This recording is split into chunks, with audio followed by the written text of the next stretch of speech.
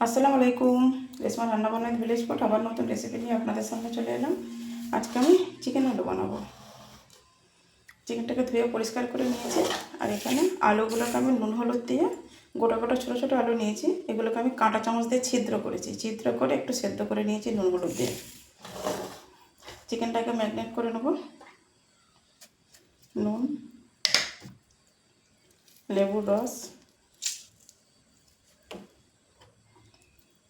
জিরে গুঁড়ো, টক দই,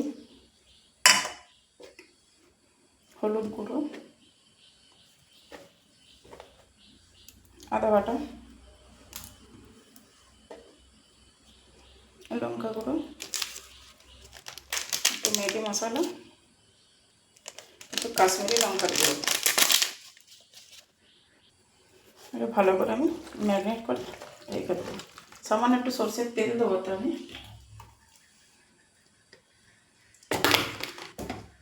এটা আমি ম্যারিনেট করে রেস্টে রেখে দেবো। দেখুন কড়াটা বসিয়ে দিয়েছিলাম, তেল দিয়ে দিয়েছি। তেলটা একটু বেশি করে দেওয়া হবে, কারণ আলুগুলো পুরো ডুবো তেলে ভাজা হবে। আলুগুলো আমি লাল করে ভেজে নেবো একদম। দেখুন আলুগুলো এরকম লাল লাল হয়ে গেছে। এগুলো তুলে নেবো আলুগুলোকে। এবং কড়াতে তেল আছে, ওই তেলের মধ্যে গোটা গরম মশলা, গোটা জিরে, শুকনো লঙ্কা, তেজপাতা ফোড়ন দিয়ে দিলাম। এবারে পেঁয়াজ কুচিগুলো দিয়ে দেবো। পেঁয়াজগুলো একটু লাল লাল করে ভেজে নেবো। দেখুন হালকা লাল লাল মতো হয়ে গেছে। এবারে চিকেনটা দিয়ে দেবো। লঙ্কাটা ধুয়ে একটু পানি দিয়ে দেবো।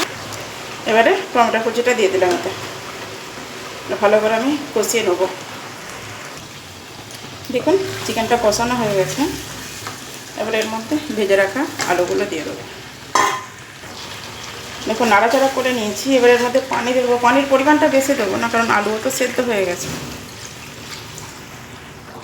চিকেনটা প্রায় হয়ে গেছে। এবার এর মধ্যে আমি টক দইটা ব্যালেন্স করার জন্য একটু চিনি দিলাম, চেরা কাঁচা লঙ্কা, একটু কসুরি মেথি, সামান্য একটু ঘি দিলাম। দিয়ে এটাকে আমি গ্যাসটা বন্ধ করে ঢাকনা বন্ধ করে দেবো। এবং কালারটা দেখুন কত সুন্দর হয়েছে।